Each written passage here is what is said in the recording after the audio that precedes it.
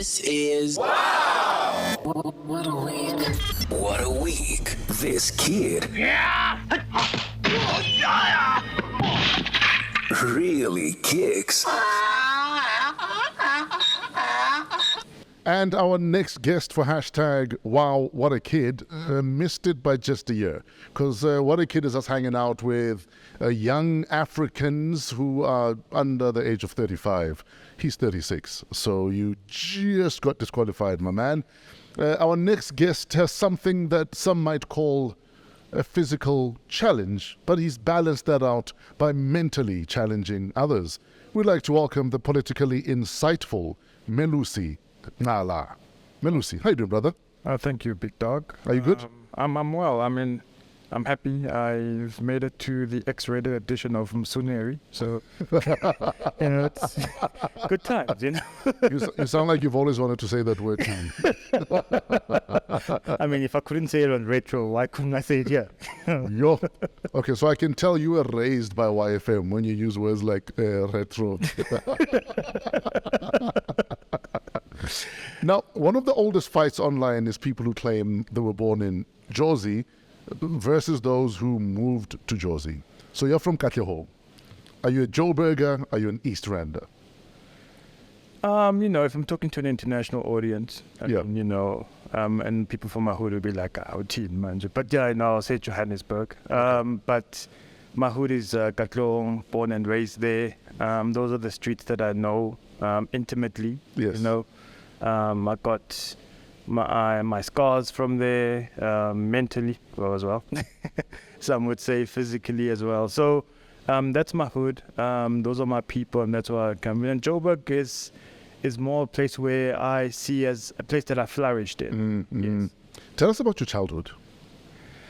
Yeah, my childhood. I mean, it's one would argue that it's none too different from any other kid from the hood, except to say that I was a granny's kid, and I'm still my granny's kid, for intents and purposes. Yes. I hope she still doesn't try to carry you because you're a big oak. She used to. She says at the moment, when she sees everybody, says, I've got back problems because of this.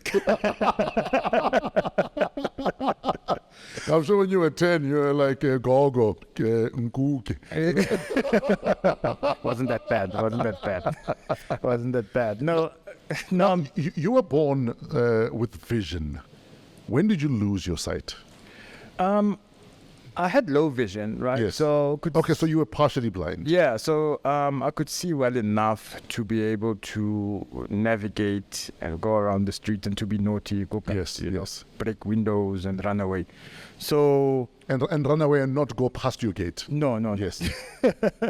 But not go into my grandmother's room either. Yes. But yeah, I became totally blind after an accident. I was 11 years old.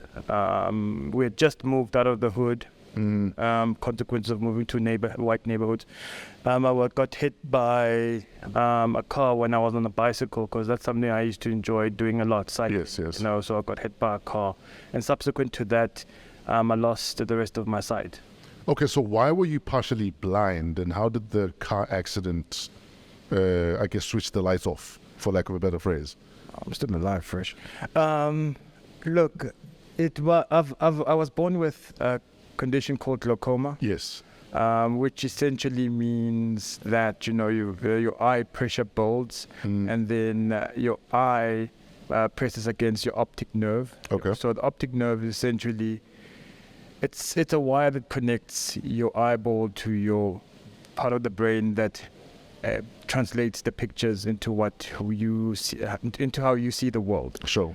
And for me, my optic nerves are now pretty much damaged. Jeez. And and that's what glaucoma is. And so subsequent to the accident, it just expedited that entire process. Yeah. In fact, it's Glaucoma Awareness Week this week.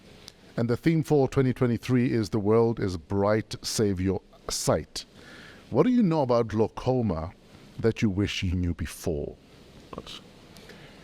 I wish I consistently, followed up with my treatment Yes. of putting in eye drops. I think that's critical. Okay, so how important are these eye drops? They're very important because they lessen the effect of the eye pressure Okay. on your optic nerves. You know, and being a kid, you don't fully understand this, and you don't really follow up. I mean, you know, your parents would tell you that you constantly have to do it, but there comes a time when you just have to take responsibility for that. And I wish eye care or you know, health for my eyes was something that I took very, very seriously. But unfortunately, I mean, it would have eventually became what it is today, but it would have been the regression would have been much slower. What's the one thing you miss seeing? Women. What's her name? What's her name? Diane Tabi saying, hopefully you're watching this. No, I think I miss watching sports. Yes. Actually. I used to be a soccer fanatic. If you're a Chiefs fan, you're missing nothing right now. I know. Okay, Sorry. good. There's nothing to see right now. There's nothing to see in sport, full stop. And you know, we often ask the question, now that you've lost your eyesight, what do you miss? Do you dream in color? And other questions. What question are you sick and tired of being asked now that you've lost your sight? How do you eat? Yeah, How do you wear your clothes? sure. I mean, I've reached a point where I could simply say, I wear my clothes. Well, the people that dresses me up, the people I wake up next to, you know. What's her name? Diane Tabi saying, where are you? Yeah, so those are the kind of, and I get them, you know. It's not the case to say that I'm upset with people for asking Yes. those kind of questions, but you know, once it gets to a point where I'm being asked how do I eat, Yes, you yes. know, it When it borders absurdity. yes, because you know, I wish people were more observational, you know, about their surroundings and the people, and just read society at large. Then you're taking a lot of information, and one of those would be definitely how people with different disabilities actually survive and so on. So yeah. Is it offensive for people to feel sorry for you and ask you if you need help? No. Maybe because they don't know that you don't need help. No, there's nothing wrong with Yes. asking a person whether they need help. Sure. It's when you insist. Where's the line? Where's the line? It's when you insist to say that I will help you regardless. So Sure. I always figure that it's a kind gesture if you actually approach a person and you say, do you need to go somewhere? You need to be somewhere, or can I help you do this? Are you looking for this? That's very kind, you know, and it's considerate. Unfortunately, you know, some blind people, you know, they take this issue to the extreme, and they're on some, you know, leave me alone and so on, which is not how I believe blind people should actually be towards society at large. You know, we're trying to create a society where people are understanding Yes, yes. and knowledgeable. Yes, there's tolerance and Yes. less ignorance, if you will. Definitely. Now, you completed your Bachelor of Education with honors. You went further to obtain a Master's of Arts. Was this your dream from childhood? How did you end up here? It was, yes, I would say it was a dream. Not necessarily the Bachelor of Education, though that came to be quite clear to me when I was at about, you know, grade 11, 12, that I knew that, okay, I love education. I love the process of people obtaining knowledge and what comes with it, you know. So I knew then that I'd want to do postgraduate because I wanted to be a researcher. Sure. And I wanted to be more on the scale of a social scientist as just opposed to just an educator or a teacher. Yeah. And hence that's why I didn't go to the classroom for that reason, because I felt that there's so much more about the world that I want to explore and want to learn and want to understand. Sure. Yeah. So where do you work right now? If I'm not a consultant, well, I'm full-time senior researcher at Corruption Watch. That's where I'm currently employed, and I'm doing several things for the organization, Yeah. project related, data analysis, spokesperson, and all that good stuff. So what does Corruption Watch do? Corruption Watch is a social justice organization Okay. that is there to address the scourge of corruption in society. Yes. It's part of the Transparency International movement, global movement. That means there are what we call TI chapters in various countries across the world, over 100 countries that are part of the TI movement. And Corruption Watch is model since 2012 is based on receiving reports of corruption from members of the public, and this information is then used for various purposes, mainly to help South Africans understand how corruption manifests, and then of course we can then use that information for policy change, for advocacy, as well as public education. Why do you think when we talk corruption, your average person thinks, or a politician, or a cop asking for cold drink, when we don't realize that often we might be corrupt in our daily dealings? It doesn't have to be a tender or a politician or, or big business, for instance. No, it doesn't have to be. But Yeah. corruption is a nuanced thing, and unfortunately, sections of society have not fully grasped the nuances of corruption. What are those nuances? That there's a moral dilemma that people sometimes experience when we talk about corruption. There are cultural issues that we need to take into consideration, as much as and also that it's quite infused with human rights abuses. Yes. As much as it's about monetary and all of that. So, and also the historical context. So it's vast, and there's so many things that we need to take into consideration when we talk about corruption. So what is corruption that we might just gloss over and think, but it's nothing? Do you know that you get countries in the world, right? And this is not me saying that I agree with this. But Yes. there are countries in the world where you pay a tip, it's considered to be corrupted. So you can't even tip No, you in can't. some societies? Yes, in some societies you can't do that. Okay. And it speaks to the type of issues that we take for granted, right? And in the South African context, it might be something as benign as, get it a favor, put me in this job, and then Also hook me up. Corruption. yeah, it could be. Aanvaar. Yeah. So those are the kind of nuances that we could. And then there are also issues of kind of regulatory capture, where people deliberately design systems and policies and laws that allow them to chow.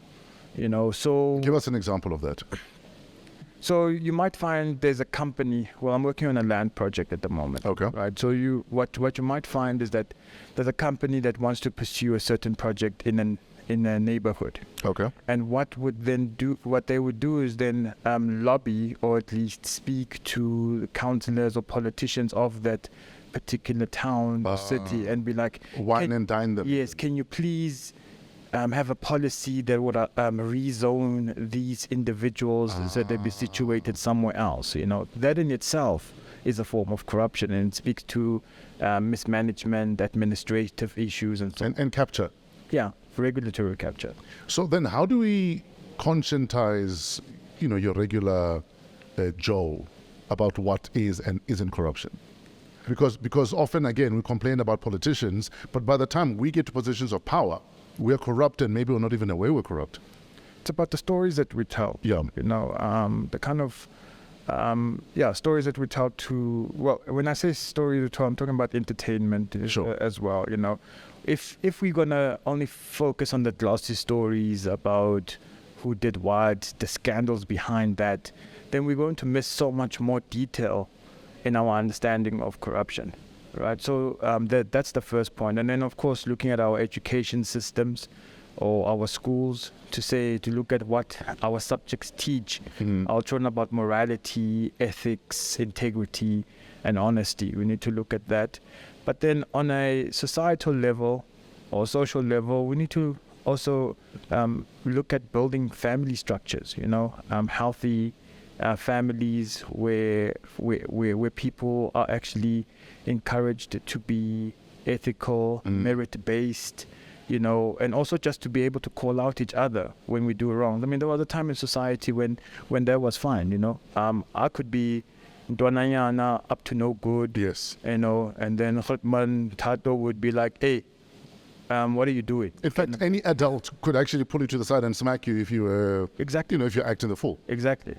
So we need to look at our values as a society and be like, where did we get it wrong, and where are we heading, and what can we reharness, so to speak, to say that, okay, fine, what society do we want to build? In fact, I've got a friend who lives in Scandinavia, and he was telling me about how, there are certain things they simply don't do because, how dare you, you're frowned upon. Even just throwing away a little, a sweet wrapper, like jaywalking, just basic things are frowned upon by everyone in society because we'll hold you to a certain standard.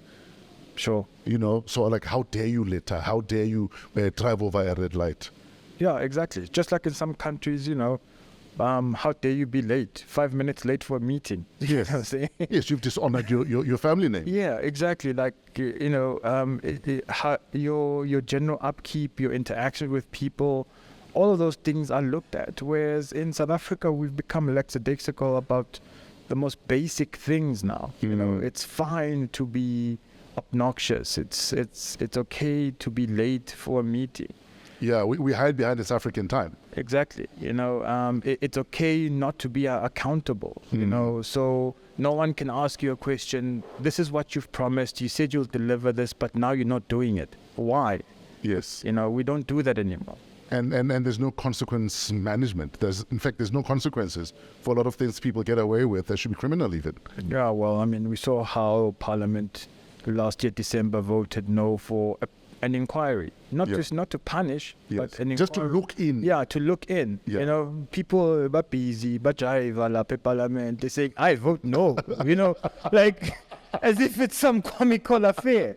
So that speaks to a lot to the kind of society that we have and the people leading that society. Now, with the recent saga around former ESCOM CEO Andre de Ruyter, he's rumored to have said he's leaving South Africa because he fears for his life. Let's talk whistleblowers, canaries that sing. Where are we getting it wrong that people are now opting to, I'd rather keep quiet, I'd rather, look the other way? We're getting it wrong on several fronts. Yes. The first one being that we're not really focusing on the safety of whistleblowers as a country, right? Yes, we have various pieces of legislation. Foremost among those is the Protected Disclosures Act, which essentially looks at the employment environment in terms of whistleblowing, and it's often the act that people refer to when they talk about whistleblowing. So we need to beef up our definition of a whistleblower and then look at issues of psychological support. We need to look at possibly incentivizing and also making sure that people are safe and feel safe when they blow the whistle. And then the reason why I make this point, Fresh, is because South Africa, when it comes to, we've got a very, as much as I don't want to use this word, toxic kind of approach to whistleblowing. Abahlali, which is an organization that deals with land issues. Oh, yes. Basem Jondo. Yeah, yes, exactly. They, in the last, 14 years or so, they've lost almost 25 activists, right, or whistleblowers that we're dealing with. And there's little to no consequence about that. This is outside the kind of big headline stories about Babita Deokran, for example. And there's a trail you could follow. Yes, there's a trail. We're a very violent society and we're quite violent to whistleblowing. And that brings me to the second point about, it's how we view whistleblowing in South Africa. We view them as informants, impi snitches, essentially. And then understandably so, it's because of our history colonial and apartheid history that we have that kind of perception. So we need to find ways to do away with how we view whistleblowing. And then thirdly, personally, on how I view it, we need to stop having this, this is a favorite whistleblower versus that issue. Wrong is wrong, right? Whether Fresh is coming forward and talking about wrongdoing that's happening within the Department of Sports and Culture, just because, he had some kind of episode with the SABC doesn't mean therefore now he's a villain. No, we need to take the issue for what it is and see how we deal with it and stop prioritizing certain whistleblowers over others. Are we a lost cause as a nation, just in terms of the perception being that we are corrupt? And have we got the ability to remove that tainted image of corruption out of our system? There's something called the Corruption Perceptions Index. Yes. How badly are we doing? We constantly score in the mid-40s or low 40s. And basically how it works is that it ranks countries, I think almost 180 countries across the world, on a scale of 0, where 0 is being very corrupt and 100, when you score 100, least corrupt. Okay. And South Africa's constantly 43, so we're 43 or 44. Which other countries are around that score line? It's countries in the sub-Saharan region. And predictably, some would say also, other BRICS affiliated countries are also lower on that. So based on what they're scoring with that corruption perception index, what can we fix immediately and what will take a while? I wish we'd fix our leadership vacuum. Okay. Right. This is some of the basic things that we can address as a country outside the laws and infrastructure, right? Yes, there's work to be done about bolstering our law enforcement and some pieces of legislation like the one I've mentioned about the PDA, right? But we do need credible leaders. We need people with integrity. It cannot be that we still entertain issues of did this person do it or not? But is it fair or not? No. And the whataboutism. Yeah, namsugela and all these kind of things. Like sometimes, stepping down is not a bad thing. Maybe for your career, you might feel like, you know what, I'm misstepped, I'm not going to. But for the benefit of the country and for us to be able to move on, we need to be able. So we as society as well, we need to be able to choose people that we deem to be credible. We don't have to look at people in parliament currently to be like, okay, this is how, this is the crop of leaders that we have. Amongst ourselves, we've got capable people, We sometimes act like we are beholden to one individual or 400 individuals. Meanwhile, we're a country of 60 million people. So how do we start then? When people go to if people are going to participate in democratic processes where they elect, look in your neighborhoods, look at people in your communities or your social circles that you deem to be people of integrity, people that are honest, and people with a moral conscience. Speak to them, put them up, and let's see what they do. That's the one thing. And then, of course, when you look at law enforcement in South Africa, low to mid levels of people in those spheres of society, they're often held accountable. It's easier to arrest a Melusi, a little bit difficult, but possible to arrest a Fresh. But then when you go higher up the chain, then there's a lot of cautiousness, especially if it depends on which faction is in charge of the country's politics. So we need a law enforcement that is bold and that is decisive and that will actually hold all of us accountable. So we have a very long journey ahead of us then, based on just that, which you said.